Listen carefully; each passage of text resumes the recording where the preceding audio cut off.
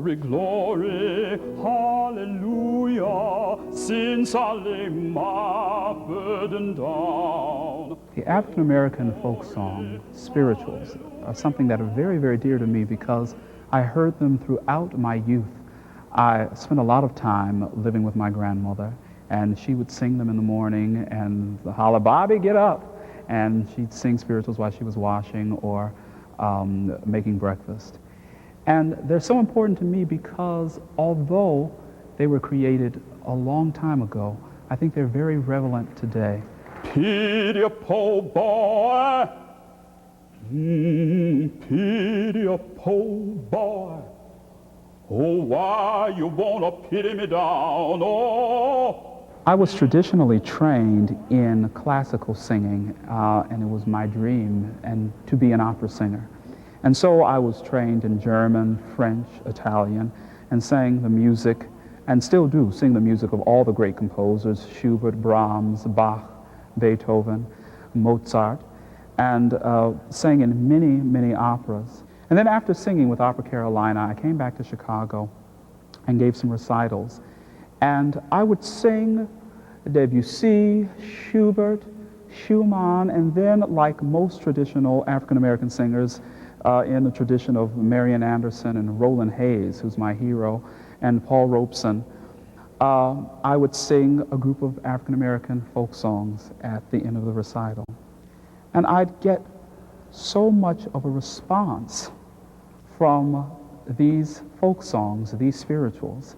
And I think to myself, my goodness, I just sang French, Italian, German, and now everyone's coming back to me telling me how much they enjoy the spirituals. And that's when I discovered that there is something in this music, something that greatly needs to be explored. Little boy, how old are you? Little boy, how old are you? Little boy, how old are you? Sir, I'm only 12 years old. The spiritual had many different meanings and a special code that only those African Americans knew.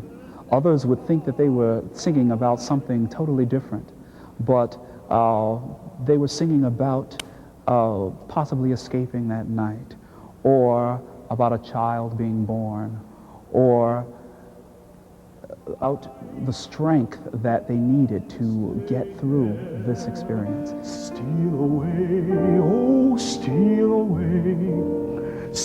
away home to my Jesus. These songs are so direct, yet simple, yet they carry with it such a great message. And it's important that our youth today realize where most of this music that they're hearing today came from. It is really the spiritual. Well, it started with field hollers, things like "Mama, is Massa gonna sell us tomorrow?" That's a field holler. Or something like talking about yellow crabs, talking about yellow crabs, talking about the food I sell. You know, a field holler like that. It started with those field hollers, and then later the spiritual came into play when the African Americans, the early African Americans, learned about the Bible stories. But then from that, we went to blues. And then from blues, Thomas A. Dorsey took the blues kind of into the church and created this thing called gospel music. And then the blues also influenced jazz and ragtime. And all of this came from the spiritual. And even now, R&B, soul. Children, did you hear when Jesus rose? Did you hear when Jesus rose? Did you hear when Jesus rose? He rose and ascended on high.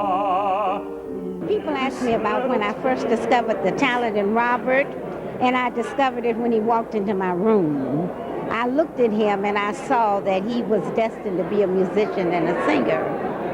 he had that gift all over him. He had that kind of presence that you know that a singer's going to have. And so I started teaching him voice lessons. My teacher, Lena McLin, found me when I was about 13 years old. And I had heard about her. She is so well known as a composer and as a teacher, and has taught so many students, R. Kelly, Mandy Patinkin, the list goes on and on, found me and encouraged me in this dream of becoming a singer. I'm going home on morning train. I'm going home, I'm going home. I'm going home on morning train. The song I'm Going Home on Morning Train is very, very special to me because one day my car was in the shop and I was on public transportation. And at the Washington Street L, there was a young man singing all sorts of songs, popular songs, Under the Boardwalk, different songs by Stevie Wonder. And as a train started to approach, he started singing I'm Going Home on Morning Train. And because I'm so much in love with folk melodies, I immediately recognized the melody, but I couldn't quite place what this folk melody, what this spiritual was. And so as I got on the train, it hit me. That song, I'm Going Home on Morning Train, is Get Right Church and Let's Go Home. So get right, church, and let's go home. Get right, church, and let's go home. Get right, church, get right, church. Get right, church, and let's go home. Don't hate your neighbor, let him be. Soul of a Singer. It's like a dream come true for me and something that I've always wanted to do. Because I hope that when my audiences come to a concert or hear me singing on the radio, that they take something special away with them.